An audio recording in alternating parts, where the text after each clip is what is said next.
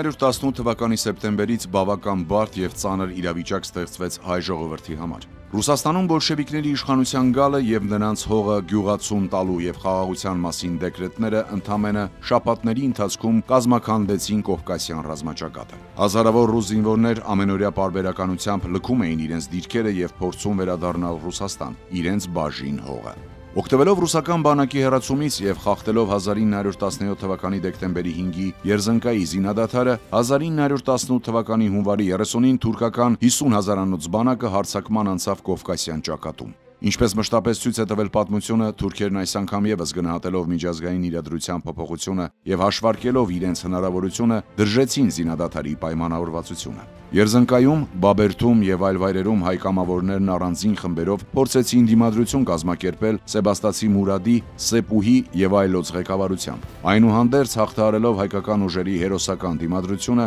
թուրքական զորքերը գրավեցին Երզնկան, Բաբերդը, Մամախաթունը եւ շարժվեցին դեպի Էրզրում։ Կարևորելով Էրզրումի ռազմավարական նշանակությունը, հայոց ազգային խորհուրդը որոշեց ջանքեր գործադրել ճակատի պաշտպանությունն ուժեղացնելու համար։ Անդրանիկը, ով հունվարի 23-ին ռուսական հրամանատարության կողմից ստացել էր գեներալ-մայորի կոչում, նշանակվեց հայկական առանձին հարվածային զորամասի հրամանատար եւ ստանձնեց Էրզրումի պաշտպանության ղեկավարումը։ Չնայած ազգային հերոսի գործադրած գերբնական ճիգերին, չհաջողվեց Էրզրումի մոտ կանգնեցնել թուրքական գերակշիռ ուժերին։ Փետրվարի 28-ին 10-օրյա համառ կռիվներից հետո ընկավ Արևմտյան Հայաստանի գլխավոր հենակետը։ Անդրանիկի համոզմամբ Էրզրումի անկման գլխավոր պատճառը Թիֆլիզում տիրող հուսալքությունն էր։ Թուրքերի դեմ պայքարն անհուսալի համարող թիկունքից եկած տրամադրությունները հոգեբանորեն կոտրում էին առաջապահ մարտիկներին։ Էրզրումի, որի պատկանելության հարցի լուծումը հայ պատմագիտական եւ քաղաքական միտքը ուղղակիորեն համեմատել են հայկական հարցի լուծման հետ, շատ կարեւոր էր թե մեզ հայերիս եւ թե թուրքերի համար։ Էրզրումի ռազմավարական նշանակությունը վճռորոշ է եղել գրեթե բոլոր ռուս-թուրքական պատերազմներում։ Ռուսների կողմից Էրզրումը գրավելուց հետո թուրքերը սովորաբար անիմաստ են համարել շարունակել պայքարը։ Այսպիսի կարեւոր եւ բարձրակարգ նշանակություն ունեցող Էրզրումի ամրոցի գրավումը թուրքերի կողմից վճռական եղավ նրանց առաջխաղացման համար։ Ռազմաճակատի գծի մյուս հատվածներում հայկական ուժերը ստիպված էին ետ քաշվել։ Մարտի 22-ին 10-օրյա դիմադրությունից հետո հայկական զորքերը թողեցին Վանը։ Այդպիսով ամբողջ Արևմտյան Հայաստանն ընկավ թուրքերի ձեռքը, որոնք նոր ոչիններ գործեցին հեռանալ չհասցրած հայ բնակչության նկատմամբ։ Հետապնդելով հայկական փոքրաթիվ ուժերին, թուրքական զորքերը շարժվեցին դեպի Արևելյան Հայաստան։ 1918 թվականի սկզբին միջազգային գործընթացները եւս զարգանում էին ի վնաս հայ ժողովրդի։ Մարտի 3-ին Բրեստ-Լիտովսկի պայմանագրով խորհրդային Ռուսաստանը Թուրքիային զիջեց ոչ միայն Արևմտյան Հայաստանը, այլև Կարսը, Բաթումը, Արդահանը։ Դեռ մինչև Բրեստ-Լիտովսկի պայմանագրի ստորագրումը 1918 թվականի փետրվարի 10-ին Թիֆլիզում կազմավորվեց Անդրկովկասյան Սեյմը,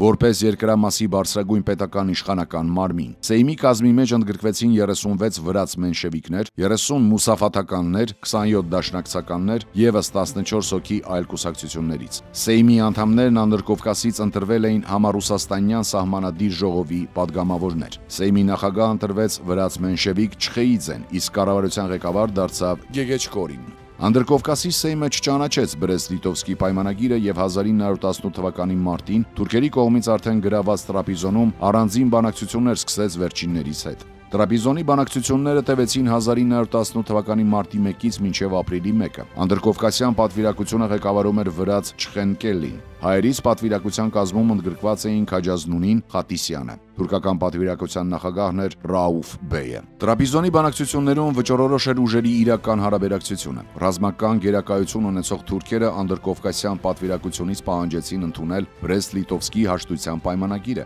եւ զորքերը դուրս բերել Կարսի, Արդահանի եւ Բաթումի շրջաններից։ Տեղական բնակչությունը ինքն էր որոշելու այդ տարածքների ապագա իրավակարգը, այն համաձայնեցնելով հարևան պետությունների հետ։ Մերժելով Բրեստի պայմանագիրը, Անդրկովկասյան պատվիրակությունը հույս ուներ ավելի նպաստավոր պայմաններով կնքել անջատ հաշտությունը Թուրքիայի հետ, պահանջելով մինչև 1914 թվականը եղած ռուս-թուրքական պետական սահմանները, ինչպես նաև մասնավորապես ինքնավարություն Արևմտյան Հայաստանի համար թուրքական պետականության շրջանակներում։ Հաղթանակած թուրքերը լսել անգամ չէին ուզում այդ մասին եւ առանց Բրեստ-Լիտովսկի Բրեստ-Լիտովսկի հաշտության պայմանագրի ընդունման հրաժարվեցին շարունակել բանակցությունները։ Բրեստ-Լիտովսկի պայմանագրի քննարկումը հատկապես պարզորոշ դրսևորեց Անդրկովկասի ազգային կուսակցությունների միջև եղած խոր հակասությունները։ Վրաց մենշևիկները Չխենկելու գլխավորությամբ պատրաստ էին զիջել Կարսը, Կաղզվանը, Օլթին։ Դաշնակցականները գտնում էին, որ Թուրքիային առաջին հերթին պետք է անցնեն այն հողերը, որոնց բնակչության համար իրենց կազմով ու քաղաքական կողմնորոշմամբ ավելի հեշտ ու անցավագին կլիներ անջատվել Անդրկովկասից, այսինքն Արդվինը եւ Արդահանը։ Ապրիլի 5-ին հաշվի առնելով թուրքերի շարունակվող հարձակումը եւ ռազմաճակատի ծանր վիճակը, Սեյմից արտակարգ լիազորություններով օժտված Չխենկելին պատրաստակամություն հայտնեց Թուրքիային զիջել Օլթիի օկրուգը, Արդահանի օկրուգի հարավը, Կարսի օկրուգի արևմտյան մասերը, ինչպես նաեւ առաջ քաշել հայկական հարցի այնպիսի լուծում, որպիսին հարմար կնկատեր թուրքական կողմը եւ որը միաժամանակ հնարավորություն կտար թուրքահապատակ հայերին ու այլ ժողովուրդների փախստականներին վերադառնալ իրենց տեղերը եւ ստանալ ապահովության որոշ երաշխիքներ։ Այսպիսով արևմտյան Հայաստանի ինքնավարության հարցը օրակարգից դուրս էր գալիս եւ դառնում զուտ գաղթականական հարց, զուրկ որևէ գործնական արժեքից։ Այնուհանդերձ թուրքական պատվիրակությունը մերժեց բոլոր այդ առաջարկները եւ 48-ժամյա վերջնագիր ներկայացրեց Բրեստ-Լիտովսկի դաշնակիրը ընդունելու եւ Անդրկովկասը անկախ հայտարարելու պահանջով։ Կովկասյան պատվիրակությունն այդ մասին տեղյակ պահեց իր կառավարությանը, որը սակայն համաձայնություն տվեց զիջել միայն Կարսի մարզը եւ Արդվինի օկրուգը, մերժելով զիջել Բաթումը։ Անշուշտ այստեղ վրացիներն էին այդպես պնդում։ Հետևեց Թուրքիայի նոր վերջնագիրը, նույն պայմաններով, եւ քանի որ պատասխանը Թիֆլիսից ուշացավ, Չխենկելին պատվիրակության անդամների ընդհանուր համաձայնությամբ ամբողջությամբ ընդունեց Բրեստի հաշտության պայմանագիրը։ Բայց դա արդեն չէր բավարարում թուրքերին, որոնք մտադիր էին խախտել նաեւ 1877-1878 թվականների ռուս-թուրքական սահմանը եւ ռազմական գործողությունները փոխադրել Անդրկովկասի խորքերը։ Սեյմն ընդհատեց բանակցությունները եւ պատվիրակությանը հետ կանչեց Տրապիզոնից, պաշտոնապես պատերազմի մեջ մտնելով Թուրքիայի հետ, որը շուտով ավարտվելու էր Անդրկովկասյան զորքերի պարտությամբ եւ ավելի ծանր հաշտության պայմանագրի ստորագրմամբ։ Թուրքիայի ճնշման տակ 1918 թվականի ապրիլի 22-ին Անդրկովկասը հռչակվեց անկախ հանրապետություն եւ վարչապետ դարձավ Չխենկելին։ Նախարարական 13 աթոռներից հայերին տրվեցին 4-ը։ Նախարարական առանցքային պաշտոնները,